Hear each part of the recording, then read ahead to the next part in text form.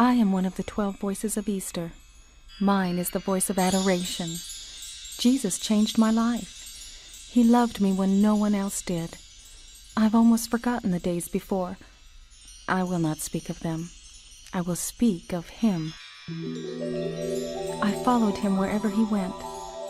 I saw him raise the dead and heal the sick. The blind saw, the lame walked, the deaf heard, and the dumb spoke.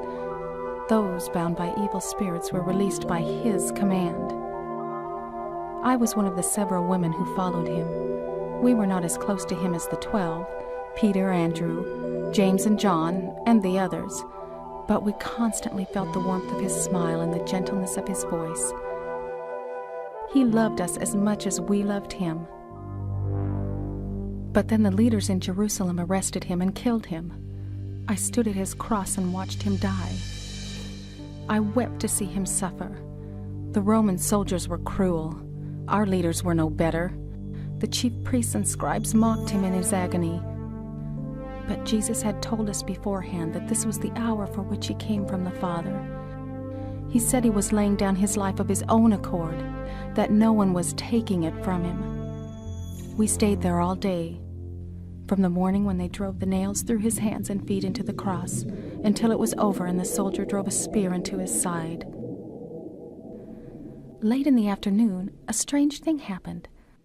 A member of the Sanhedrin approached the centurion in charge. Someone said he was Joseph from Arimathea, a town just 20 miles away.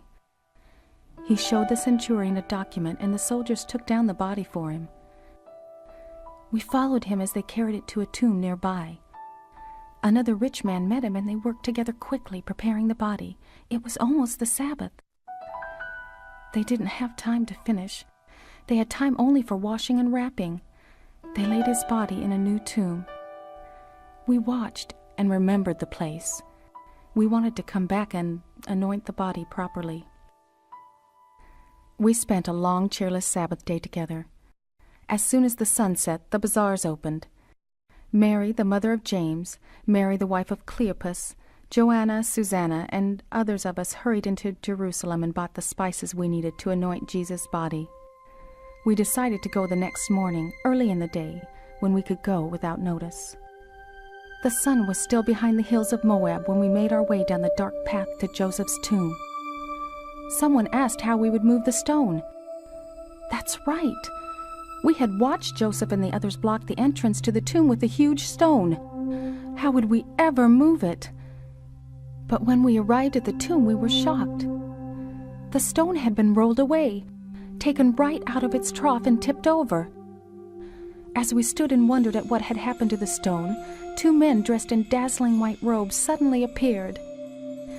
These garments were not the togas of Roman soldiers, nor were they the long white robes of the Pharisees.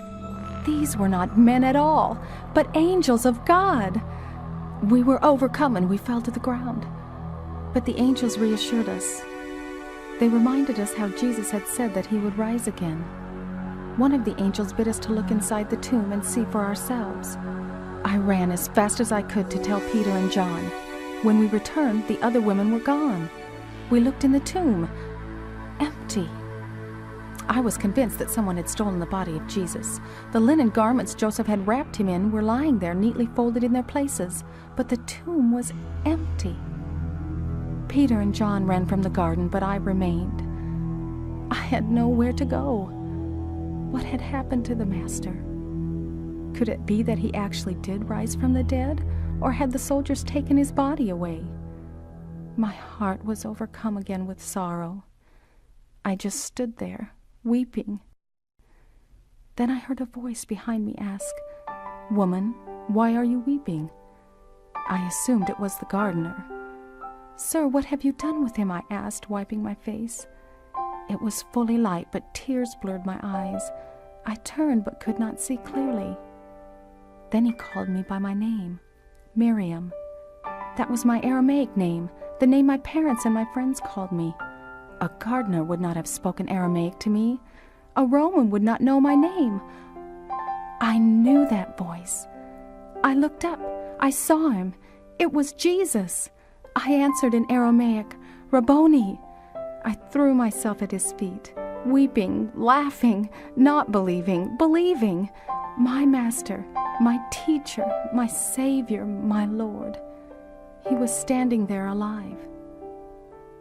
Of course I became one of the 12 voices of Easter, a voice of astonishment and wonder, the first human voice of adoration. He told me to go tell the others, and I did. Marvelous news, a wonder beyond all wonders. God has accomplished great things in our midst. Jesus is risen from the dead.